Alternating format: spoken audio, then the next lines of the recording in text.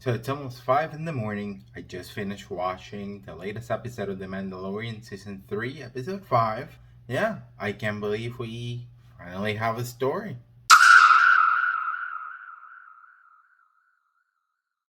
Hey everyone, Hogstarwin here. Welcome back to the channel. Let's jump straight into The Mandalorian Season 3, Episode 5. We're starting off on Navarro once again. Grief Karga is talking about setting plans and they're wanting to do things on the city, which is fantastic. All of a sudden, he gets a communication from the Pirate King that we saw in Episode 1. And apparently he wasn't too pleased that he killed his pirates. So they had a bit of a back and forth. Grief Karga said basically that they were covered by the New Republic, which the Pirate King said that that is not true, that we're going to see each other very soon.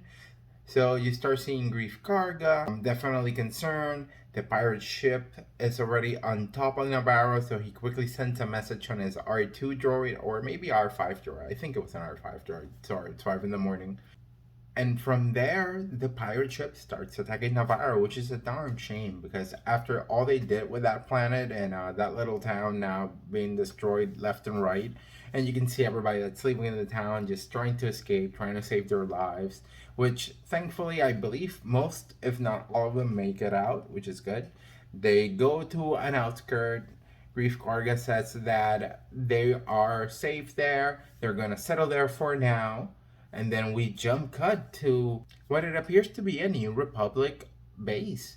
And in there we see a lot of starfighters, a lot of X-Wing pilots hanging on there. And if you really notice, you see a couple cameos in there. You see Dave Filoni in there. You see Deborah Chow in there. So you see a couple of the directors in there, just sitting there, just talking, maybe off duty. But we do see Carson Teva, which has been the star pilot from Mandalorian Season 2. I believe he also appeared briefly on the Book of Boba Fett as well. He's been told by the bartender that he received the message. When he verifies the message, it's Grief Karga pretty much telling him the situation at hand over at Navarro, so he's definitely a big concern. But we did see something really amazing, which we saw Seb from Star Wars Rebels make his live action appearance there, voiced by Steve Bloom. Spike Spiegel himself just there, which he looked amazing. I was definitely excited there.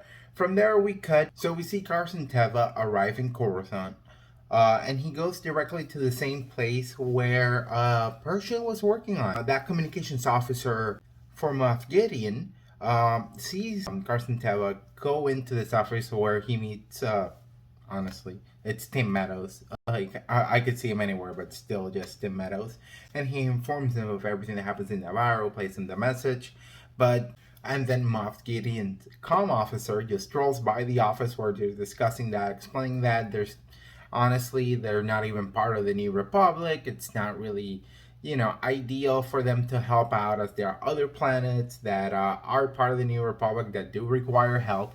So there's really no need, to which Team Meadows just agrees and says, no, sorry, we won't allocate. We'll look into it for sure, but it feels like some bureaucratic answer just to get him out of there, which he does. Captain Teva definitely does the next best thing, which is able to track down the Mandalorians, apparently, for some reason that is not explained yet in the episode, but he goes to where the Mandalorians are, gets out of his X-Wing. He gets met with Paz Vizsla and all the other Mandalorians, and Mando does roll around in there. And he explains what's going on with Navarro. Din is very interesting to hear what's going on there. Teva definitely gives him the message from Grief Karga. From there, they do like a little powwow, like a little Mandalorian powwow, which is definitely very adorable. And you see Din just explaining the importance of Navarro, even though they were at arms at one point.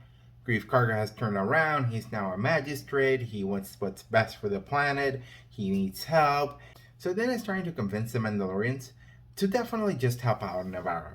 All these Mandalorians call Navarro their home for a lot of time. So he's trying to get them to implore. So he makes his best conversation to them just to see if we can get them definitely help out Navarro. But it's at this point that Din hands over the armorer's hammer back to the armorer. The armorer states, who else wants to talk? which Paz Vizsla does. And at this point, you're like, well, dude, I mean, are you really gonna be against this? This man helped save your child. Like, what are you doing? He grabs the hammer and starts talking to the other Mandalorians, explaining why maybe it's a good idea for us to definitely help out on Navarro. Even though they were at odds, and even though they did battle once on that episode on season 1, but can definitely acknowledge that both Din and Bo-Katan definitely help him with his son. So it would be best for him to return the favor and just kind of help him out there and help out Navarro. So they come up with a plan. Well, I should say Bo-Katan comes up with a plan, and the Mandalorians all move out and they all head out to Navarro, which is now infested by pirates. The town is completely destroyed. It's just pillaging, destroying. The pirates are having apparently a blast, but they don't even see that Din's N1 starfighter arrives, starts blowing up the pirate ship little by little, which is at that point that Bo-Katan arrives with her ship just full of Mandalorians, and they all drop out of Navarro just to start eliminating some of the pirates. And we start seeing this little Call of Duty action where you see them all like all tactic like, and they're all moving around. They start clearing out pirates left and right, which is awesome. It gets to a point where the Mandalorians are a bit pinned down, and then you see Paz Vizsla right with the Gatling gun and just clearing house, which is definitely awesome. But he too unfortunately gets pinned down with the rest of the Mandalorians until the armorer shows up and just starts clearing house on her own. It was definitely very awesome. During all this, Din and Bo on their ships are fighting off not just the starfighters that were sent out by the pirate ship, but destroying the pirate ship themselves. Definitely very cool. Definitely a very awesome action scene. So it's good so far on this episode. Not that bad. Once all this wraps up, Din and Bo-Katan are able to destroy the pirate ship along with the Pirate King along it. The pirate from the first episode said, you know what, we're done here. Deuces, you deal with this. That pirate from that first episode escapes. I believe his name is Vane, if I'm not mistaken. And then we cut to Greef Karga giving a speech, just thanking the Mandalorians and stating to everyone in Navarro that he's going to give the lands that he promised to Din. He's going to give them to the Mandalorians so they're able to live there. So, very cool. So now in Navarro, we do have the people in Navarro, and we have the Mandalorians on their own plotline. Now they're able to definitely like run around. Their children will be able to play in the sun, like Paz Vizsla stated earlier in the episode. So definitely very good. But then all of a sudden we take like a weird turn on the episode where Paz Vizsla goes to Bo-Katan and tells her, hey, look, the armorer wants to talk to you. Come with me. And they go back down to the sewers where they used to live. And there's the armorer back in front of the old forge again. It's at that point that the armorer starts explaining like, hey, I think you said something about a mythosaur, right? I think you might be onto something there. I have an idea. Take off your helmet. And Bo-Katan's like, whoa, wait a minute. I was told I was not supposed to. Is it all cool now that I take away my helmet? She's like, go ahead, take it out. It'll be fine. She takes it out and tells Bo-Katan that, you know what? You're somebody that's walking on both paths. And I think you're somebody that's able to bring all Mandalorians together. So we're all following the creed. It could be different ideals, but as long as everybody's following the creed, I think that's good enough for the armorer. So they both leave. Bo-Katan without his helmet on. And everybody's all of a sudden like, oh no, she doesn't have a helmet on. What the hey is going on? The armorer explains to everyone like, hey, okay, this is new plan, guys. I know we have this new plot of land, but we are gonna retake Mandalore because this chick just totally saw Mythosaur. You know, we are gonna bring everybody together. And then it's at that point where that cuts, and then we go back to Captain Tever, and he's piloting his X-Wing. All of a sudden, he sees a downed ship, and it turns out to be a Lambda-class ship, which is the ship that you see Luke, Han, and Leia traveling to Endor on Return of the Jedi, which is a cool throwback there for old fans.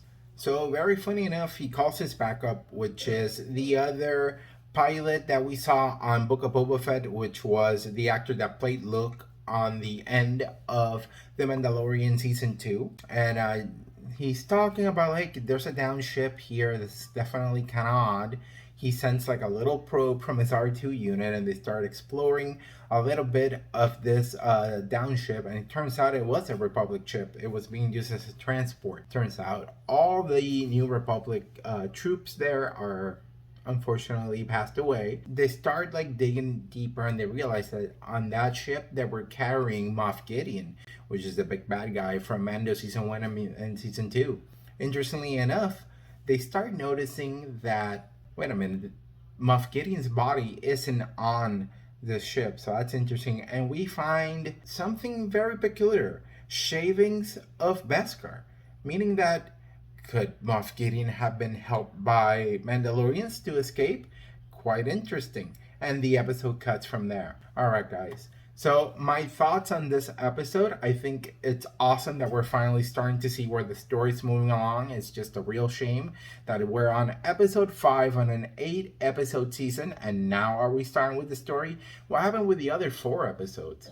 Like, I get the first episode was definitely very good. We're moving forward with the story there. Episode 2, we go back to Mandalore and all that good stuff. Episode 3... and then episode 4, like, we really didn't build a whole lot there.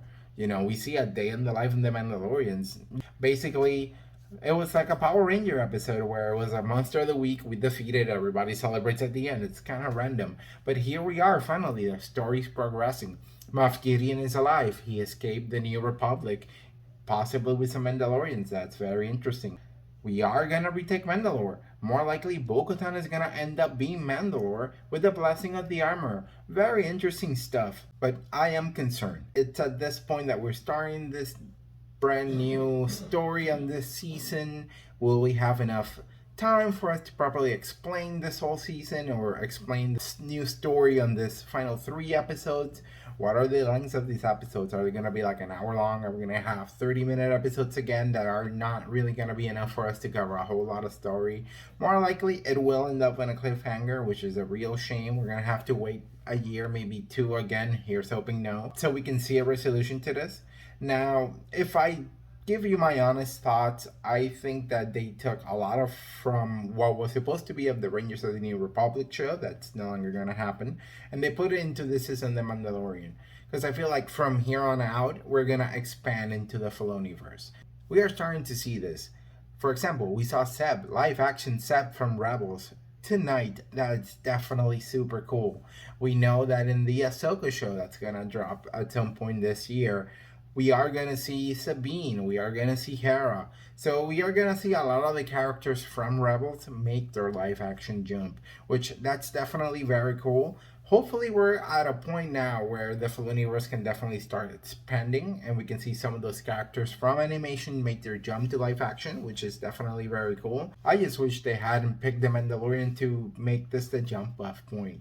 I feel like this season shouldn't have been called The Mandalorian. It should have been like The Mandalorians or another name and keep the Mandalorian name away. And then Jaren basically didn't do much in this episode either. He wasn't a starfighter and he was really cool. He helped out and took out the ship, the pirate ship, which was definitely cool. But then again, like, hey, we're handpicking Bo-Katan because she saw Bo-Katan and she's gonna lead the people because she walks all paths, the one with or without the helmet, believes or not believes. So she's able to bring everyone together, which is kind of like a little bit, okay, cool. Bo-Katan's getting her own story. That's definitely very cool. I'm a very big fan. I'm not just the actress, but the character herself. I think that's gonna lead up definitely very interesting. But once again, what is happening within Jaren? There's no story there. Like, even Grogu feels like an afterthought in this season. Like, he's done a couple cool things here and there, but I mean, where are we building up with Din and Grogu? Let's say we do reveal Mandalore. Let's say everything's all cool and dandy. Like, is Din gonna go out with Grogu and they're gonna continue on to their adventures? I guess. I don't know where this is building to.